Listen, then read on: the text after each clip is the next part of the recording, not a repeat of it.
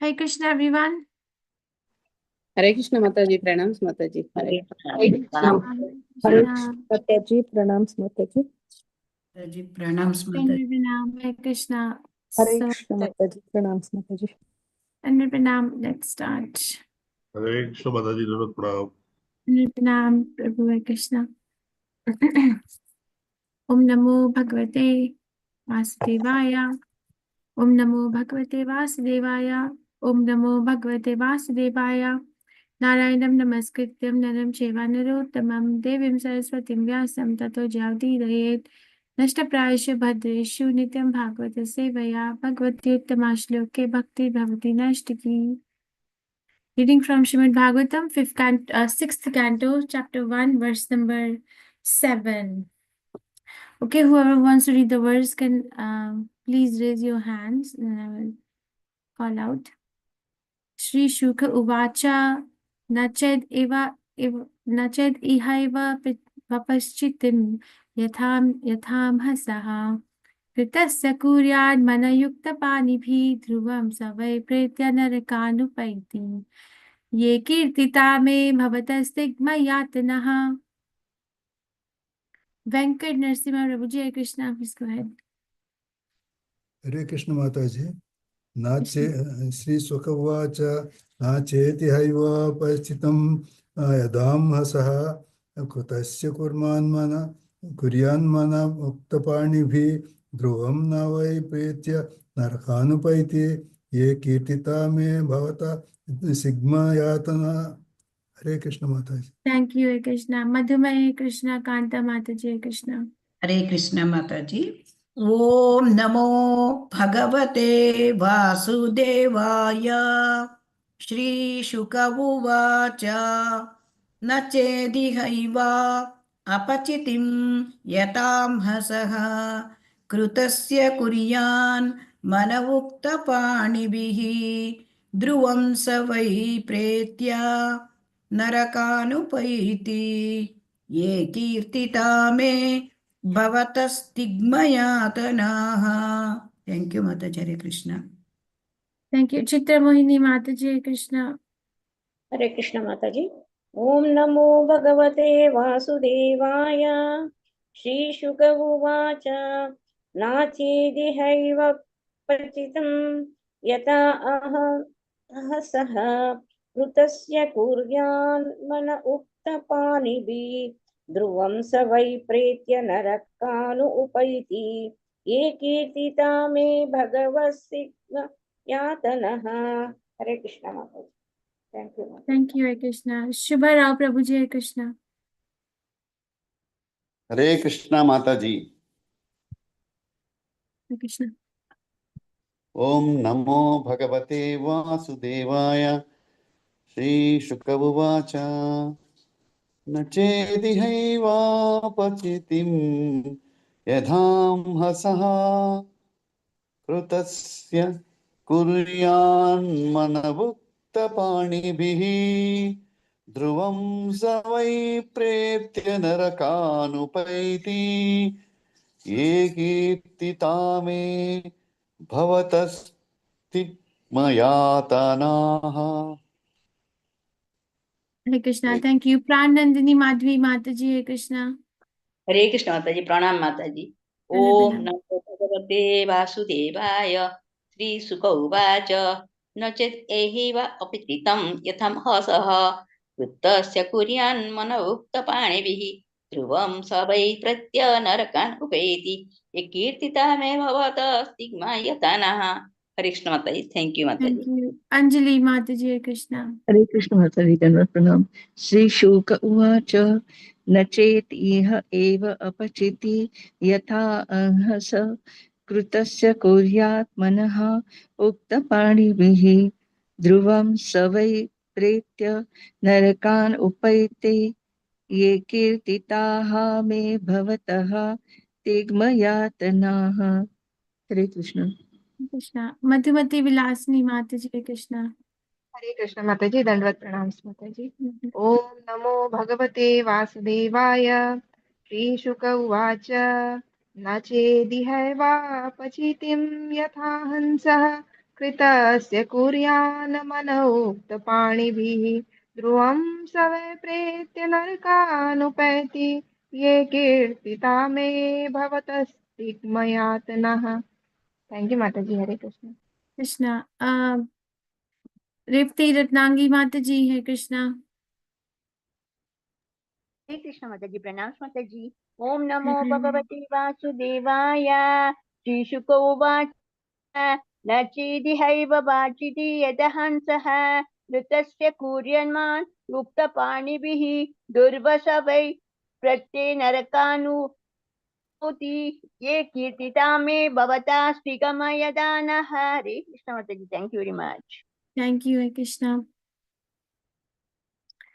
Shri Shuka Uvacha, Srila Sukdev Goswami said, Na not chet, if iha within this life, eva suddenly, apachitim, counteraction atonement, yatha duly, am amhasaha kritasya, when one has performed sinful activities, kuryat performs, manaha with the mind, ukta words, panibhi and with the senses, Dhruvam undoubtedly Saha, that person by indeed Pretya after death, Naraka and different varieties of hellish conditions, Upaiti attains, ye which Kirtitaha were already described, may by me, Bhavataha onto you, Tigma Yatanaha, in which there is very terrible suffering. Translation by His Divine Grace Srila Prabhupada, Srila Prabhupada ki jai. Sukdev Goswami replied, My dear king, if before one's next death, whatever impious acts one has performed in this life with his mind, words, and body are not counteracted through proper atonement, according to the description of the Manu Samhita and other Dharma Shastras, one will certainly enter the hellish planets after death and undergo terrible sufferings, as I have previously described to you. Purport by His Divine Grace Prabhupada ki jai. Shri Vishwanath Chakravarti Thakur mentions that although Maharaj Parikshit was a pure devotee, Sukdev Goswami did not immediately speak to him about the strength of devotional service. As stated in Bhagavad Gita, chapter 14, verse 26, Mam chayo avyabhichare na bhakti yogena sevate sagunan samatityetan brahma bhuyaya kalpate. Devotional service is so strong that if one fully surrenders to Krishna and takes fully to his devotional service, the reactions to his sinful life immediately stop. Elsewhere in the Gita, 18th chapter, verse 66, Lord Krishna urges that one give up all other duties and surrender to him. And he promises, Aham Tvam Sarva Papebhyo Mokshashami. I shall free you from all sinful reactions and give you liberation. Therefore, in response to the inquiries of Parikshit Maharaj, Sukdev Goswami, his guru, could have immediately explained the principle of bhakti. But to test Parikshit Maharaj's intelligence, he first prescribed atonement according to Karma Kand, the path of fruitive activities. For Karma Kand, there are 80 authorized scriptures such as Manu Samhita, which are known as Dharma Shastras. In these scriptures, one is advised to counteract his sinful act by performing other type of fruitive action. This was the path first recommended by Sukdev Goswami to Maharaj Parikshit. And actually, it is a fact that one who does not take to devotional service must follow the decision of these scriptures by performing pious acts to counteract his impious acts. This is known as atonement. Om Agyan Timirandasya Gyananjan Shalakaya Chakshurunmiltam Yena Tasmai Shri Gurave Namaha. Shri Chaitanya Manovishtam Sthapitam Yena Bhutale Swayam Rupa Gadamahiyam Dadati Swapadantikam. Hey Krishna Karna Sindhu Dinbandhu Jagat Pate Gopesha Gopika Kantha Radha Kantha Namastute. Taptakanchan Gaurangi Radhe Vrindavaneshwari Vishbhanuste Devi Pranamami Hari Priya. Jai Shri Krishna Chaitanya Prabhu Nityananda Shri Advait Gadadhar Shivasadi Gaur Bhakti Vrinda. Hare Krishna, Krishna Krishna, Hare Hare, Hare Ram, Ram Ram, Hare Hare. Namam Vishnu Padaya, Krishna Pristhaya Bhutale, Shrimati Bhaktivedanta Swami Tinamine. Namaste Saraswati Deve Gaurvani Pacharine, Nirvishesha Shrivadi Paschatya Deshatarine. Sukdev Goswami replied, My dear king, if before one's next death, whatever impious acts one has performed in this life, with his mind, body, and words are not counteracted through proper atonement, according to the description of the Manu Samhita and other Dharma Shastras, one will certainly enter the hellish planets after death and undergo terrible suffering, as I have previously described to you. We are reading from Srimad Bhagavatam, 6th canto, which is called as the Prescribed Duties of Mankind. And this is chapter number 1, which is called as what? The history of life of Ajamila. The history of the life of Ajamil. And what is the question that Parikshit Maharaj asked Sukdev Goswami that Sukdev Goswami is replying to in this particular verse, 617? What did Parikshit Maharaj ask Sukdev Goswami? How human beings may be saved from having entered to hellish conditions in which they suffer terrible pains, Mataji. Yeah, very nice. Thank you. So how can they be saved from entering into these hellish conditions of life? Because Parikshit Maharaj is a Vaishnava, and we discussed the compassion of a Vaishnava is beyond their own concerns for survival. They extend themselves in the service of others and bring Krishna in their life. Because they understand fully that that is the only way that anyone can actually be saved from the clutches of any kind of suffering, death, or entering into the hellish planets. Now, Sukdev Goswami is going to start answering this question. But Sukdev Goswami is going to give an answer in a stepwise manner, much like Krishna. You know, when Krishna is addressing Arjun's concerns in Bhagavad Gita, yes, he gives the synopsis in second chapter that about pure devotional service. But when he starts to speak, he actually goes from Karma Yoga to Jnana Yoga to Ashtanga Yoga to Bhakti Yoga. Right? So he goes in a stepwise manner. So that is a perfection of that is a sign of a very elevated teacher. Because the teacher will actually, first of all, explain according to the level of the understanding of the student, not their own level. So he is going to test the intelligence of Parikshit Maharaj. That is Parikshit Maharaj at all interested in understanding the process of Dharma Shastras, or is the heart completely purified and ready for devotional service? Because the heart is not ready for devotional service, then even if one hears about the devotional service, one cannot actually enter into the depth of the devotional service, right? Much like what we see in our life, that one may be, I think I gave this example about my friend Chiti Shakti gives about devotees, is like people sitting on the beach. I think I gave this example, right? That some people who are sitting on the beach, they don't wet their feet in water, but they appreciate the people who are going in the water. They're like people compared to people who actually appreciate the other devotees who are dedicating their life in Krishna consciousness, but they don't want to do anything about it. And then the next level is the people who actually go just enough to dip their feet in water in the beach. They don't want to go too deep, just enough.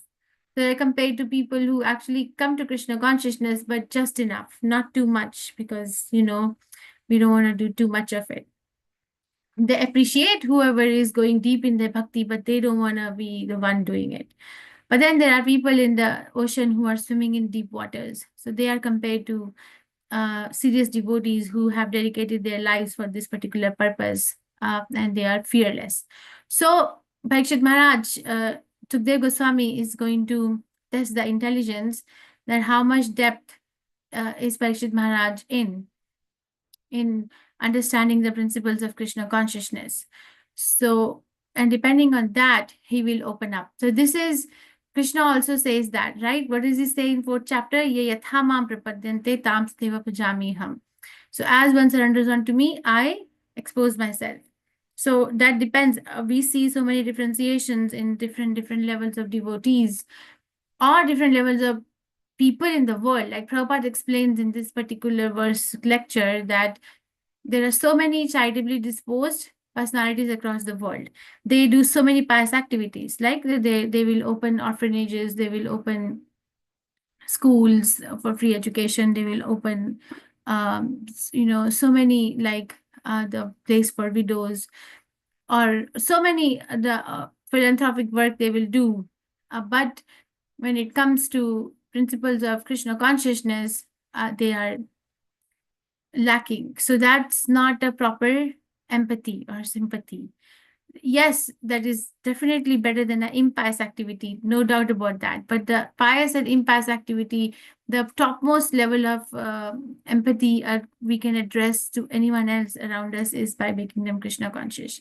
If we are not trying to make anyone Krishna conscious and we are just hovering on the superficial platform of fixing the, for example, somebody's uneducated, give them education, that's not going to fix their problem of repeated birth on death. That's not going to solve the problem. You say, okay, that problem, even the person who's giving charity also has. So that's why we have to approach someone who does not have this problem. So am I trying to minimize the charitable disposition of such a personality? No. No, I'm not trying to minimize. What I'm trying to say is that understand that is not the all in all. If we really want to help someone, really want to help someone, then start from the level of this constitutional position. Give prasadam, give education. Prabhupada started ISKCON. Yes, there are so many hospitals in ISKCON now. There are so many gurukuls in ISKCON. There are so many, animal rescue. Like, of course, we don't do that for animal rescue, like cow protection or agriculture. So many things are there because Krishna is there. Because Krishna is in the center. But if Krishna is not in the center, a material problem is in the center, that actually nobody really gets satisfied in the long run. Okay, so in this verse, Sukadeva Goswami is starting with the process of atonement, where he's saying that if somebody has performed an impious activity, then they have to counteract it by performing a pious activity. But both are fruitive. Impious, somebody has done, do a pious activity. It's much like confession, So Prabhupada tells a story of a king, of a Nawab, who, but that's not really, who was that particular personality in Chaitanya Chaitamrita who was made Mohammedan by sprinkling water from the pot of a Mohammedan, and then that person was going from place to place to ask, how can I atone for this? Because apparently in those ages, one can make anyone of different religion by just sprinkling the water from their pot. I don't remember that, but the person went to, this Brahman, and then how can I atone? Said, okay, you can drink these many kilos of ghee, but that looks like very unbearable. Like, how can I drink so much ghee? Then they go to someone else and they say, okay, now you can actually apply the cow dung paste around your body for so much paste, so many days. That also looked impossible. Like that, the person was going from one person to another person, or one Brahman to another person, and another Brahman, to learn how to atone, because he's been made Mohammedan, but he doesn't want to be a Mohammedan. Ultimately, he comes to Chaitanya Mahaprabhu, and Chaitanya Mahaprabhu says, you want to atone for everything, then simply go to Vrindavan and chant Hare Krishna, and this will atone for every sinful activity, not just one, but every sinful activity. So basically what I'm trying to say is, definition of atonement per se is that impious activity counteracted by a pious activity. We see this in the life of Chitraketu, as it will come, where his 1 million wives gave poison to his son. Because Chitraketu eldest wife had a son, and he became more attached to that wife and the son, so he was neglecting other wives. So they became envious and they administered the poison to the child, and the child died. So when Prabhupada explains, and the story goes, but coming to the nutshell and focusing only on these ladies who actually administered poison to kill this child, they lost their bodily luster. Prabhupada writes in that particular chapter, I think it's 15th chapter of this particular canto, that any woman who has done killing of a child, even in the womb, in the form of an abortion, will lose its bodily luster.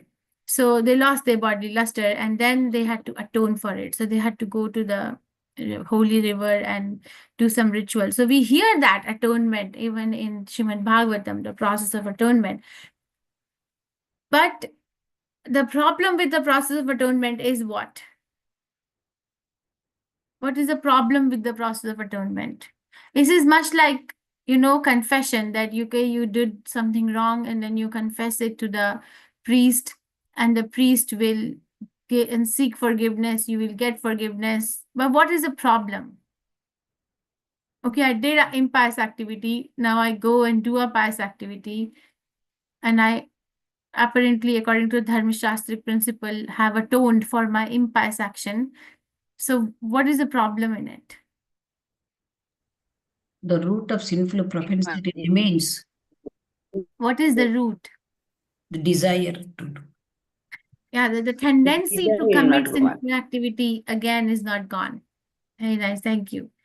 Okay, so that the heart has not become purified enough that, okay, I'm not going to do it again. I did it by mistake. I'm not going to do it again. Do we have an example of any pastime in Bhagavatam where a devotee commits something by mistake and then repents in the heart, is a devotee of Krishna, and then takes to devotional service even with more strength and concentration, and does not and actually goes back to Krishna? Do we have any pastime like that? Jamil Mataji. Bharata Maharaj. Ajamil, Bharat Maharaj, very nice. Bharat Maharaj, very nice. Parikshit And Ajamil, can come. yes. Parikshit Maharaj. How is Parikshit Maharaj an example of this? Parikshit Maharaj, he threw the dead snake, and he repented, and that is why he went to Ganges to hear about Krishna. Yes. Mataji. Okay, some acharyas say that it was Krishna's arrangement, that he did that. But okay, for the sake of understanding, I understood what you're trying to say. We can take it. Okay, any other example where the devotee repented sincerely in the heart and then sincerely became more Krishna conscious? Any other scripture, any other example